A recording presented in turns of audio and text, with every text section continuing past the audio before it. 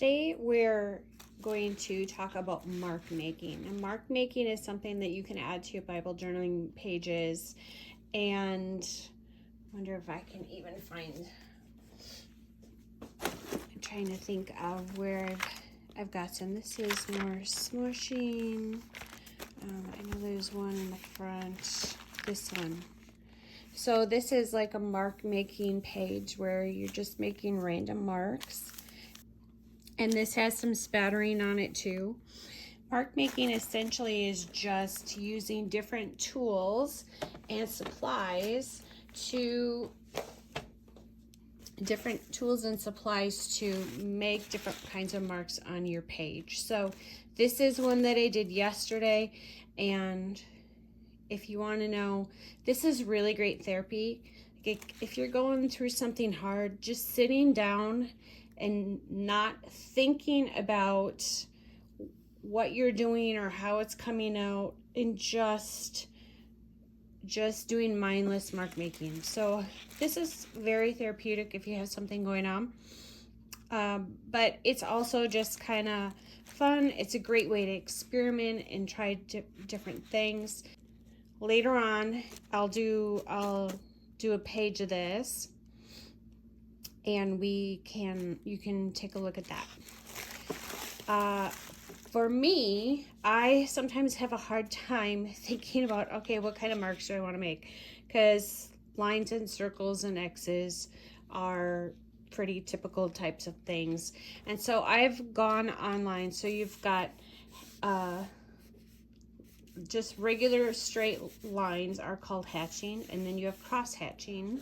You have broken lines, messy lines. You can this is stippling with, and I sometimes write down, but this is just a journal that I have, an art journal, and I made a tag on it that when I come across new marks that I like or I could try, I'm just putting them in here so that I have some sort of reference to go to when I feel like I'm stuck. So when I feel stuck, I can come here and I can say, oh, I really like this one, I want to try this. And so I've just started collecting different versions of marks, whether they're thick lines or thin lines, whatever they might be. I've just started collecting things. So how have I gotten these?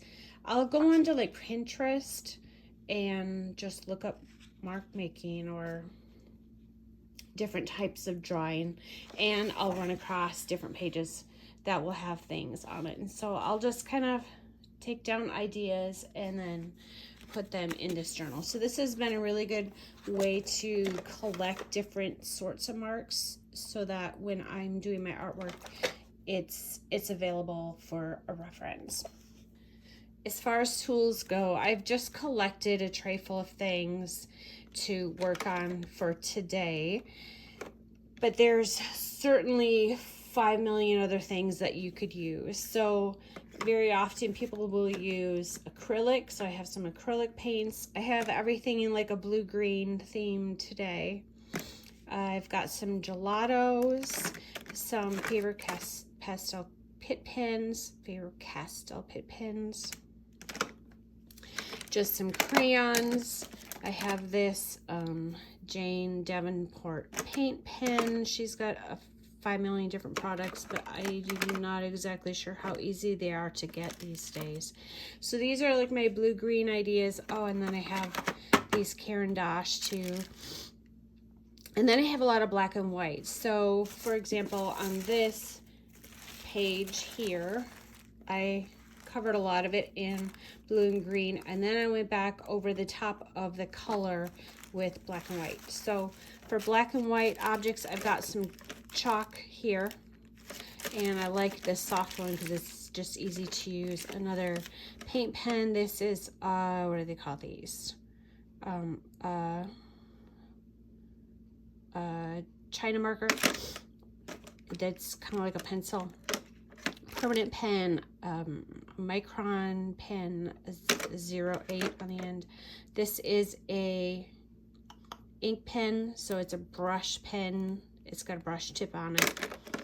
I've got a white Posca pen and this chalk marker and another Pitt pen. So these are all my things. As far as tools that I have to use, I just grabbed a plate, just a paper plate to put paint on, a couple different sorts of paint brushes, a toothbrush if you want to try toothbrushes, what do you call these?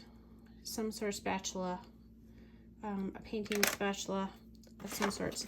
And then you have scrapers. So there are items, what are they called? A catalyst. So if you go to an art store, you can buy a catalyst, but if you don't want a catalyst, you can just use an old credit card. I don't even know what this is, if it's like a cake decorating tool. And then this might be, I don't know what this is either. In any case, but they make great options to use in your mark making. And so I'm going to get started on something, and then I'll talk more about all the different sorts of things that you can do. So as we get started, I just want to let you know that this is regular tissue paper.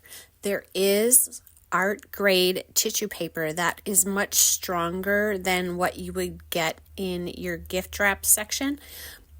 And I don't have any of that today, but I'm just giving you an idea of what it looks like to do tissue paper. I choose this because it is something that I can easily chop up and then put a strip of it in my Bible page, which I will show you in just a little bit how I get it all chopped up and use it on a Bible page.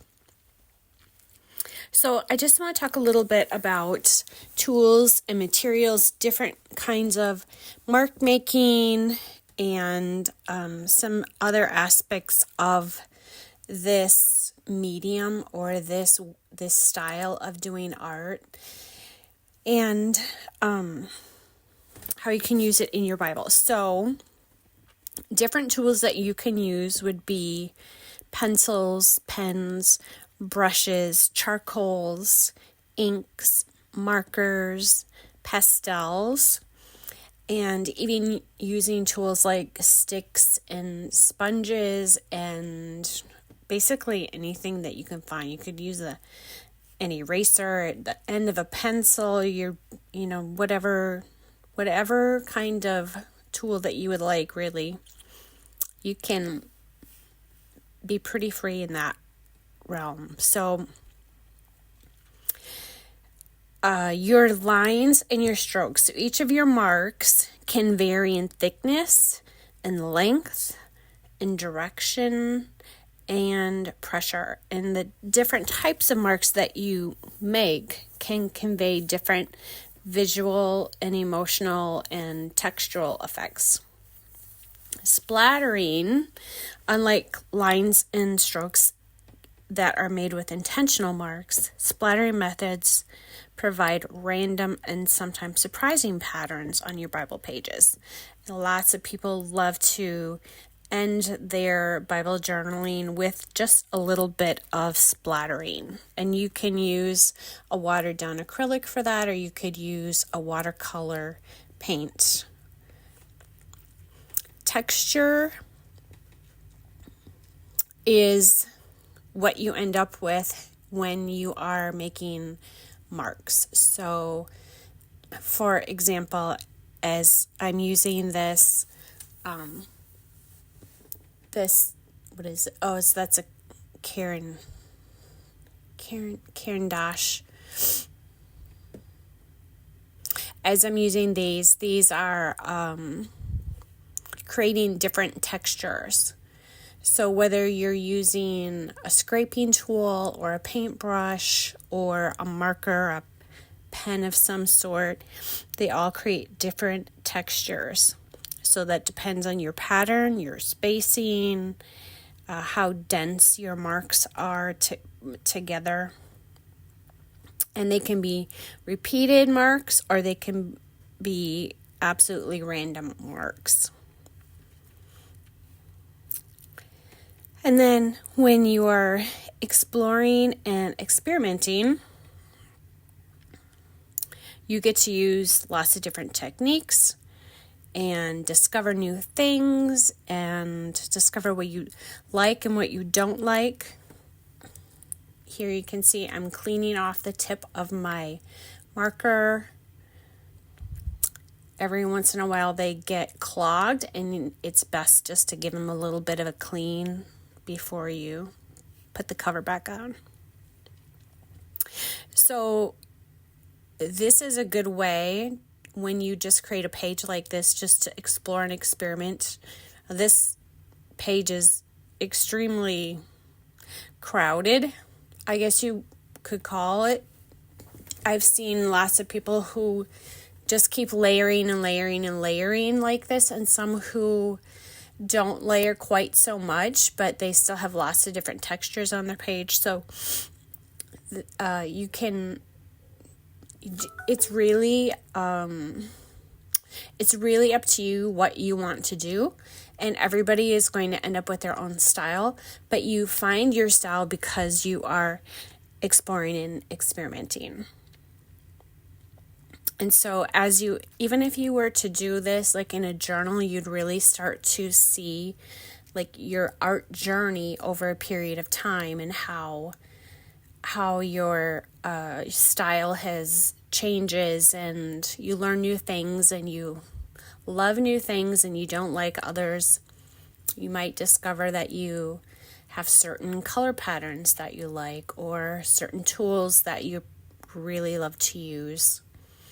So I would just encourage you to do some pages like this, whether it doesn't have to be in tissue paper. You could do it in a journal. You could just do it on whatever sort of pages that you want to. But it's a good way to just discover what you like to do. So you can make these sorts of marks directly in your Bible. Now, I wouldn't suggest covering everything up like this, but if you picked 2 or 3 different mediums or tools to use, you could just make a few things use a few things on one page, and you can do your artwork directly in your Bible pages. Or you can use other sorts of papers like printed paper or cardstock, tissue paper or vellum. And then you can cut it or rip it into strips and then glue them into your Bible pages. Or if you're just journaling in an art journal or some other sort of journal, you can place all of your artwork there too. So you could use some of these pieces of art for tip-ins and tip-outs, for page tabs, for ephemera. You could actually cut letters out of this and use it for lettering. You can make homemade washi strip pieces or background pieces, which is what I'm going to use this for later on. Again, I've got to clean the tip off of this marker. And then as far as art materials go, you can experiment with different things like acrylics, pens, pencils, watercolors, markers, different papers. So just try different tools like brushes and cotton balls and scraping tools, even whatever you can find laying around. And that's really a really good overall view of mark making. And you can find other things online if you want to dive deeper into this sort of thing.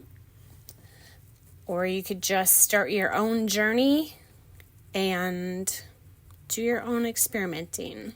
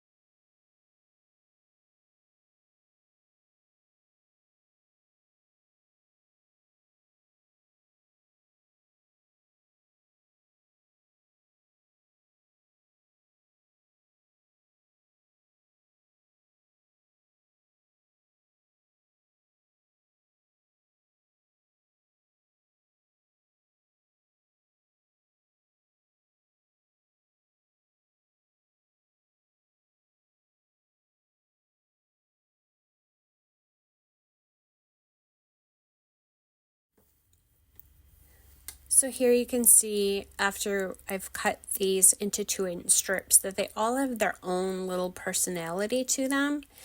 And I'm going to pick one of these strips and make a page out of it. So here's the strip, and I'm just going to use some Mod Podge real quick to get that strip on the side of my page all glued down. I do have a piece of plastic file folder underneath the page so that this doesn't stick to the page behind it. Just a way of protecting that page. So again, that 2-inch strip fits really well there. I'm going to go over it with a little bit more Mod Podge just to seal it, essentially.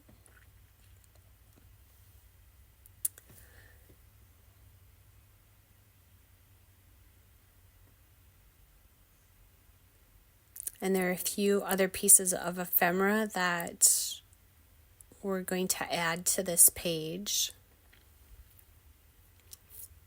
So as usual, I put a page tab on all of my pages. And silly me decides to only glue down one side of the page tab. I'll figure it out eventually.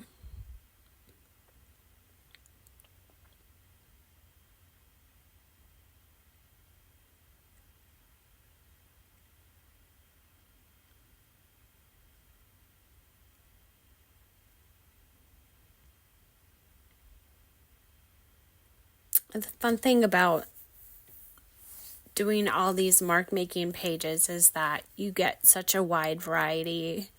Once you cut them into strips, they take on their own little art, their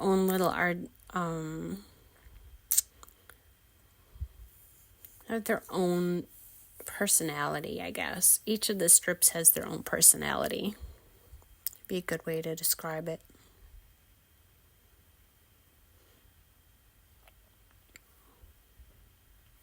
So this is the reading that I did this morning in Ezekiel, where God took him to the temple and was showing him the measurements of it and said, this is the most holy place. In the New Testament, we know that the most holy place is the temple, and we are the temple. And so it's just a very good reminder for us that we house the God of the universe, which is mind-blowing, but that is how he's designed it, and it is a privilege and an honor, and when you really think about it, fear is where you get the fear of God from, is the God who has so much power that, how many bolts are in, or how much power is in like a bolt of lightning. That's the power of God in you.